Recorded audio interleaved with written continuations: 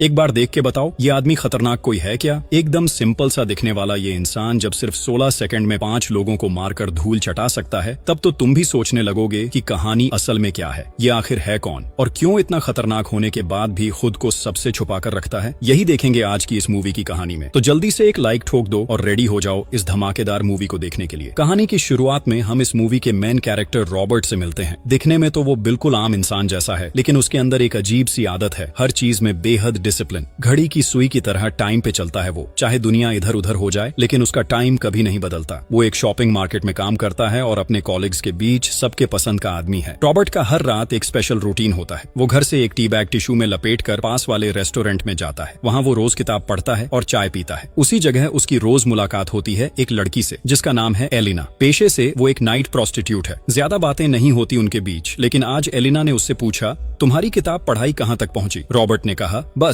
लगभग आखिर तक आ गया हूँ। तभी एलिना के पास उसके रशियन बॉस का फोन आता है। वो उसे कहता है कि मैंने एक कस्टमर भेजा है, तुम उससे मिलो। वो कस्टमर बहुत मोटा और डिस्गस्टिंग आदमी था। एलिना मना कर देती है और कहती है कि मैं इस ऑगली आदमी के साथ नहीं जा सकती, लेकिन इस लाइन में ना कहने का कोई ऑप्शन नहीं होता, इसलिए उसे मजबूर किया जाता है उस आदमी के साथ जाने के लिए। रॉबर्ट पूरे मामले को फॉलो करता रहता है। अगले रात रॉबर्ट फिर उस रेस्टोरेंट में आता है और एलिना से मिलता है, लेकिन आज उसके चेहरे पर कई चोट के निशान थे। रॉबर्ट पूछता है कि तुम्हारी ये हालत किसने की? एलिना कहती है कि ये लाइन में तो ये सब आम बातें होती हैं। रॉबर्ट कहता है कि तुम इस लाइन को छोड़ दो और अच्छे रास्ते पर आ जाओ। एलिना कहती है कि यहाँ आना तो आसान है, लेकिन निकलना बहुत मुश्किल है। फिर वह रेस्टोरेंट से बाहर निकलकर बाहर टहलने लगती है। रास्ते में एलिना और रॉबर्ट की पर्सनल लाइफ पर कई बातें होती हैं। रॉबर्ट बताता है कि उसकी पत्नी थी, लेकिन आज वह उसे छोड़कर चली गई। उनकी बातों के बीच एक कार आती है और एलिना को मारते हुए कार में डाल देती है। ये मार देने वाला पब्लिक वही था जिसका नाम स्लावी था। स्लावी रॉबर्ट को देखकर उसके हाथ में एक कार्ड देता है और कहता है कि ये लड़की बहुत तेज है, मुझे कॉल करोगे तो इससे भी बेहतर लड़की मैं तुम्हें दूंगा। फिर वह वहाँ से चला जाता है। आदमी तो समझ ही नहीं पाया कि किसके साथ क्या बात करके वह चला गया। अगली रात रॉबर्ट फिर उस रेस्टोरेंट में जाता है, लेकिन आज उसे एलिना नहीं दिखती। रेस्टोरेंट के मालिक उसे बताते हैं कि किसी ने एलिना को बहुत बुरी तरह मार दिया और हॉस्पिटल की आईसीयू में भेज दिया। ये सुनकर रॉबर्ट बहुत परेशान हो जाता है, क्योंकि कुछ ही दिनों में उसने उस लड़की के लिए एक खास मोहब्बत महसूस कर ली थी। इसीलिए वह एलिना की तलाश में हॉस्पिटल चला जाता है। वहाँ पहुंचकर रॉबर्ट देखता है कि एलिना की हालत बहुत खराब है। उसे इतनी बुरी तरह मारा कि पूरा चेहरा ही खराब हो गया है। रॉबर्ट वहाँ एलिना की एक दोस्त को देखता है और उससे जाकर पूछता है कि एलिना कैसी है। तो उसकी दोस्त मैंडी बहुत डर कर पूछती है कि तुम कौन हो? रॉबर्ट खुद को एलिना का दोस्त बताता है। मैंडी थोड़े भरोसे के साथ कहती है कि ये काम स्लावी ने किया। उसे जबरदस्ती एक क्लाइंट के पास भेजने के लिए स्लावी ने उस पर हाथ उठाया। तभी एलिना भी उसे हिट करती है, जिससे स्लावी पागलों की तरह एलिना को मारता है और उसके चेहरे पर बैटरी का एसिड डाल देता है, ताकि उसकी हालत को देखकर किसी ने फिर ऐसा करने की हिम्मत न करे। ये सब सुनकर रॉबर्ट अंदर से खुद को तैयार करने लगता है। वह सोचता है कि क्या फिर से उसे अपने पुराने लाइफ में जाना पड़ेगा? क्या फिर से वह दिखाएगा कि असल में वो कौन है? फिर सीन शिफ्ट होता है स्लावी के अड्डे पर। वहाँ रॉबर्ट पहुंचता है उस कार्ड पर लिखे एड्रेस के हिसाब से। रॉबर्ट स्लावी को $9,800 देते हुए कहता है कि ये पैसे रखो और एलिना को हर वक्त के लिए आजाद कर दो। स्लावी ये सुनकर हंसता है और कहता है कि इस पैसे से मैं तुम्हें केवल 1 महीने के लिए ही उसको दे सकता हूँ, और अगर तुम इस लाइन में नाम लिखवाओ तो आ जाओ, क्योंकि इस लाइन में तुम जैसे ब्लैक लोगों की अच्छी डिमांड है। ये सब बातें रॉबर्ट बिल्कुल शांत दिमाग से सुनता है। वह एक पल में उस रूम में मौजूद सभी हिटमैन को स्कैन कर लेता है। किसके पास कौन सा गन है, कौन कहाँ बैठा है, सबका पूरा डिटेल वह अपने दिमाग में कैलकुलेट कर लेता है। फिर धीरे धीरे रूम का दरवाजा बंद करता है और रॉबर्ट कहता है कि इन नादानों को मारने में मुझे ज्यादा से ज्यादा 16 सेकंड लगेंगे, और ये कहते हुए वह अपनी घड़ी की स्टॉप वॉच चालू कर देता है। अब देखा जाता है कि उसके खतरनाक आइडिया के हिसाब से पल भर में एक एक कर सभी बॉडी को फेंक देता है। किसी के पास रखा गन लेकर स्लावी को गोली मारता है, एक की गर्दन अपने ही चाकू से काटकर हल्के पर फेंक देता है, एक पब्लिक की आंख टोकरे के ग्लास से निकाल देता है और आखिरी को शैंपेन खोलने वाले स्क्रू से सीधे उसके थूथन में डाल देता है। और इस तरह 5 को मारने में उसे केवल 28 सेकंड लगते हैं। वहाँ से 9 सेकंड घटाकर देखा जाए तो मारे जाने का टाइम केवल 19 सेकंड था, नहीं 3 सेकंड ज्यादा हो गया। और तुम्हें बता दूं कि यहाँ का फाइट सीन बेहद शानदार था। अगले दिन वह बिल्कुल सिंपल तरीके से काम पर लौटा है और उसे देखकर कोई नहीं सोच सका कि पिछली रात उसने 5 लोगों को ऊपर भेज दिया था। इस बीच घर लौटकर रॉबर्ट को खबर मिलती है कि वही 5 आदमी मारे गए हैं। वह समझ जाता है कि अब यह मामला बहुत दूर तक फैलने वाला है। इसी बीच शहर में आता है एक खतरनाक रशियन एजेंट जिसका नाम है टेरी। टेरी उस मर्डर सीन पर जाता है और देखता है कि उनके लोगों को बहुत ही बेरहमी से मारा गया है। इस मारने के स्टाइल को देखकर टेरी समझ जाता है कि यह कोई आम आदमी का काम नहीं है, बल्कि जिसने यह किया है वह जरूर बहुत ट्रेंडेड आदमी है, जैसे आर्मी या नेवी की ट्रेनिंग ट्रेनिंग वाले। टेरी फिर शहर के कुछ पुलिस वालों से मीटिंग करता है। वहाँ फ्रैंक नाम का एक पुलिस वाला उसके साथ ठीक से बात नहीं करता, लेकिन टेरी अलग किस्म का था। वह उसे समझा देता है कि मैं यहाँ सिर्फ तुमसे भीख मांगना नहीं आया हूँ, मैं यहाँ आया हूँ तुम्हें ऑर्डर देने। दूसरी तरफ रॉबर्ट देखता है कि उसका पसंदीदा एक कॉलीग राल्फी काम पर नहीं आया। वह उसके घर जाता है और देखता है कि उसकी माँ की दुकान में पिछली रात आग लग गई थी, इसी वजह से वह आज काम पर नहीं आया। आग लगने के स्टाइल को देखकर रॉबर्ट समझ जाता है कि यह कोई हादसा नहीं बल्कि किसी ने जानबूझकर यहाँ आग लगाई है। इसीलिए वह राल्फी से पूछता है कि असली कहानी क्या है। तब राल्फी बताता है कि शहर के कुछ पुलिस ऑफिसर उनसे रिश्वत लेते हैं। पिछली रात जब वे पैसे नहीं दे पाए तो उन्होंने यह काम किया। रॉबर्ट ये सब सुनकर समझ जाता है कि उसे अब क्या करना है। उसी रात वे दो पुलिस ऑफिसर फिर राल्फी की दुकान पर आते हैं। रास्ते में पैसे लेने के दौरान रॉबर्ट उनसे कहता है कि ये सब गलत काम छोड़ दो। उसे देखकर वे उसे हल्के में लेकर उसके साथ मजाक करने लगते हैं, लेकिन रॉबर्ट तब उन दो लोगों को सिर्फ 5 सेकंड में ऐसा काबू में कर लेता है कि वे बाद में पापा पापा करते हुए उन सभी को पैसे वापस कर देते हैं जिनसे उन्होंने पैसे लिए थे। इस बीच टेडी उस स्लावी के मर्डर को ढूंढते हुए एक कॉन्ट्रैक्टर के पास जाता है। वह कॉन्ट्रैक्टर टेडी को रशियन बेवकूफ लड़का कहकर बुली करने लगा है, लेकिन उसे नहीं पता था कि टेडी क्या चीज है। इसलिए थोड़ी देर बाद टेडी उसे पैसे देकर चेतावनी देता है और उसके मुंह फाड़ देता है। टेडी अब एलिना की दोस्त की तलाश करता है। वह उससे पूछता है कि क्या तुम एलिना को जानती हो। उसकी दोस्त झूठ बोलती है कि वह एलिना को नहीं जानती, लेकिन उसकी आंखों और चेहरे को देखकर टेडी समझ जाता है कि वह झूठ बोल रही है। टेडी को अब फोन करता है पूरे मार्केट का प्रमुख, जिसका नाम पुष्किन है। पुष्किन जब टेडी से काम की अपडेट जानना चाहता है तो टेडी कहता है कि मैंने अपनी जिंदगी में ऐसी कोई किलिंग नहीं देखी है जिसने ये मर्डर किया है। ये मामूली कोई आदमी नहीं है और मेरी जानकारी के हिसाब से हमारे पूरे नेटवर्क में किसी की इतनी स्किल भी नहीं है। पुष्किन तब कहता है कि इस किलर को जल्दी ढूंढो, तो टेडी कहता है कि कुछ ही दिनों में मैं इसे पकड़ लूंगा। इसके बाद टेडी एलिना की उस दोस्त के पास जाता है। वहां जाकर वह शांत दिमाग से पूछता है और पता कर लेता है कि उस दिन यहाँ एलिना से मिलने एक आले आदमी आया था, लेकिन उसने अपना नाम नहीं बताया। टेडी को जो पता करना था वह पता कर लेने के बाद वह लड़की का गला दबाकर उसे मार देता है। टेडी अपने साथी को रॉबर्ट की फोटो दिखाकर कहता है कि यही वह किलर है जिसने हमारे आदमी को मारा, इसलिए उसके बारे में जितनी जानकारी मिल सके सब निकालते रहो। अगले सीन में देखा जाता है कि रॉबर्ट जिस शॉपिंग मार्केट में काम करता है वहाँ एक चोर आता है और कैश काउंटर से पैसे छीनने की कोशिश करता है। रॉबर्ट तब चुपचाप उसे पैसे देने लगता है, लेकिन जब वह चोर एक लड़की से उसके माँ द्वारा दिया गया अंगूठी छीनने की कोशिश करता है तो इस बार रॉबर्ट का पावर मोड एक्टिव हो जाता है। लेकिन वहाँ अचानक एक बच्चा दिख जाता है जिसे देखकर वह अपनी गुस्सा को कंट्रोल कर लेता है और उस लड़की के हाथ से अंगूठी वापस निकालकर उसे दे देता है। लेकिन वह चोर नहीं जानता कि उसने किससे पंगा ले लिया है। रॉबर्ट उसके पीछे जाकर उसकी गाड़ी का नंबर नोट कर लेता है और एक हथौड़ी तैयार कर लेता है ताकि उसके हाथ पांव तोड़ सके। इसके बाद जब लड़की काउंटर पर लौटती है तो उसे अपने डेस्क पर वह अंगूठी मिल जाती है और दूसरी तरफ रॉबर्ट अपनी हथौड़ी को एक रूमाल से पोंछकर सही जगह पर रख देता है। साफ दिख रहा है कि रॉबर्ट ने अपने गियर से हल्के पर काबू पाने वाली दवा दे दी थी।